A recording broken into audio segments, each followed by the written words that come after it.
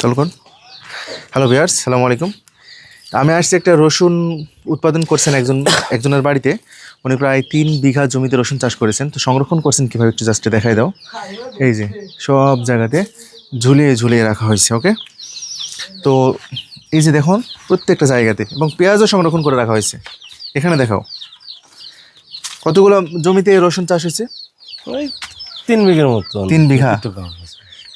কতগুলো হতে পারে আপনার ধারণা রসুন? বিঘিতে ধরেন ভালো হলে 40 মণ করতে হয়। 40 মানে এখন দাম কেমন রসুনের?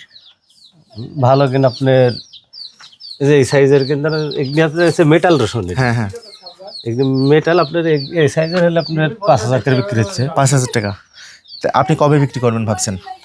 আমি ধরেন এই যে এগুলো যে কালকে বাজারে নিয়ে যাবো লাড়ি দিচ্ছি এগুলো। এগুলো কবে বিক্রির জন্য এভাবে রাখছেন? এগুলো আপনার যখন ধরেন টাকা পয়সা ধরেন দরকার লাগবে তখন মানে ব্যাংকের মতো রাখছেন? তুই দিছি একবারে তার বেচা যাবে না। ধরেন এই জিনিস কিন এই তুলে লেখি তুই দিছি আর আস্তে আস্তে বেচবো। আচ্ছা, রসুন সংরক্ষণের পদ্ধতি কি এইটাই আপনি যেভাবে করছেন, না এছাড়া কোনো পদ্ধতি আছে? আপনার আমরা এইভাবেও রাখি, আবার ওই কাটি প্লাস চাতালে। পেঁয়াজ যেরকম রাখছেন এইভাবে? হ্যাঁ এই ভাগও না, পেঁয়াজের মতো কি রাখা যায়? পেঁয়াজের মতো রাখা যাবে, শুকিয়ে যাবে বেশি। কিন্তু আপনার যে এই যে ইয়ে আছে এই পর্যন্ত এই সাইজ করে আমরা কাটি চাতালে চিনি এভাবে। আচ্ছা আচ্ছা, তো আপনি এবার রসুন চাষে তো সফল মোটামুটি বলা যায়।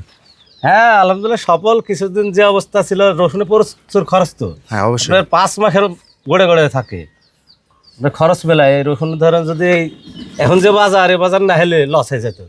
কদিন তো আপনার দাম খুবই কম পেঁয়াজের ছিল। তো দাম বাড়ছে, পেঁয়াজের দাম বাড়তি। আচ্ছা, তো দর্শক আপনারা রসুন যারা চাষ করেন তারা এইভাবে সংরক্ষণ করতে পারেন ভবিষ্যতের জন্য। যখন আপনাদের টাকার প্রয়োজন হবে, পান চাষের মতো, পানের পাতা উঠালে যেমন টাকা আসে, তো যখন টাকা প্রয়োজন হবে তখন এভাবে রসুন বিক্রি করলে টাকা চলে আসবে আপনাদের। Thank you.